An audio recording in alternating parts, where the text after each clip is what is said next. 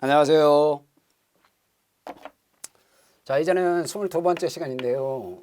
제 3편이고요. 여기 범죄 대책론이죠. 여기 제 4장. 이게 소년사법 정책론입니다. 그런데 소년사법 정책론, 여기 소년 형사사법 정책론이라고도 하죠. 형사를 빼고 소년사법 정책론이라고도 하고요. 그러면 제1절 개관을 보면은 제일 먼저 소년형사사법 정책론이 뭐냐 이거예요. 소년에 대해서 형사사법 정책을 어떻게 펼 것인가 이런 겁니다. 그러면 소년의 경우에는 여러분 특성이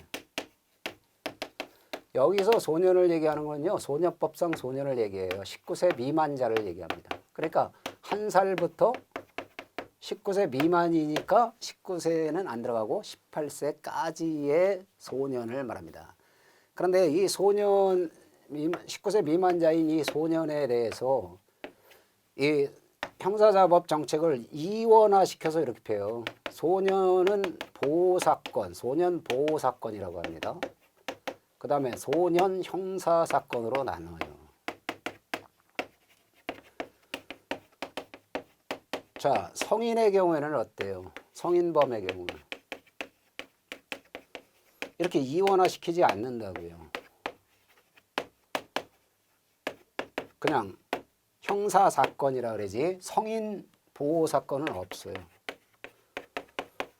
성인 보호사건은 없다는 겁니다.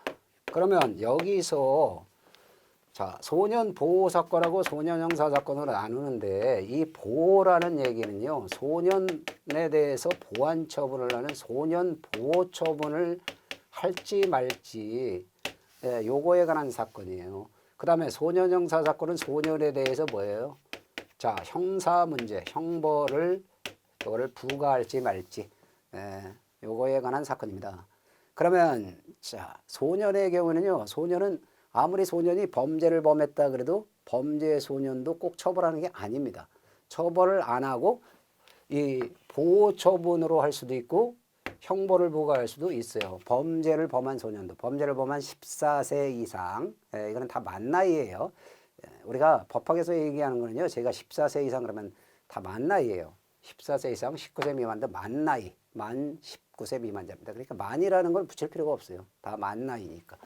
그러면 14세 이상 19세 미만인 소년이 범죄를 범했어요. 그러면 다 형사처벌하는 게 아니에요. 소년 형사사건으로 형벌을 부과할 수도 있지만 보호사건으로 가서 보호처분을 부과할 수도 있어요. 그런데 성인의 경우에는 어때요?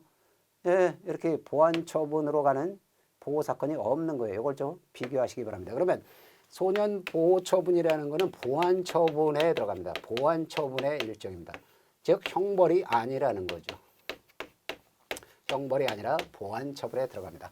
그러면 이렇게 소년 형사사법 정책론에서 이렇게 두 가지로 소년보호사건과 형사사건으로 나누는 이유가 있습니다. 그는 왜 그러냐 하면요.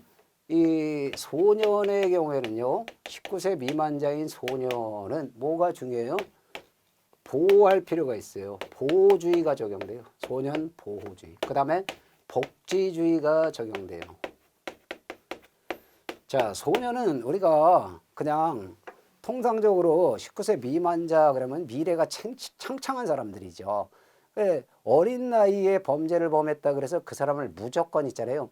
형사처벌을 하게 되면은 소년이 나중에 건전한 시민으로 이렇게 나중에 건전한 시민으로 성장할 수가 없게 되죠. 그렇기 때문에 소년의 특성을 고려해서 소년보호사건과 소년 형사사건으로 나누는 겁니다.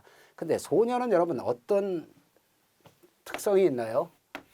자, 소년은 교과서에 나와 있듯이 비행이나 범죄에 요게 쉽게 빠져들 수 있어요. 쉽게 빠져들 위험이 있어요. 그런데 한편으로요, 소년은 잘 타일러서 개선을 시킬 가능성이 성인보다는 높다는 거예요. 이걸 고려한 거예요. 이런 특성. 소년은 비행이나 아무래도 인격적으로 성장되지 않는 미성숙한 단계다.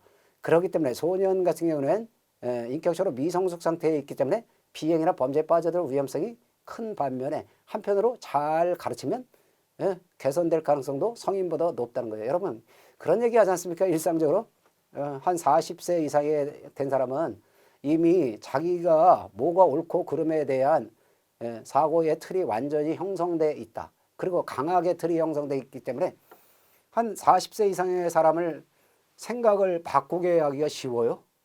뭐 완전히 불가능하다고 할 수는 없지만 아무래도 어린 사람보다는 40세 이상 이런 분들은 생각을 바꾸기가 쉽지 않습니다.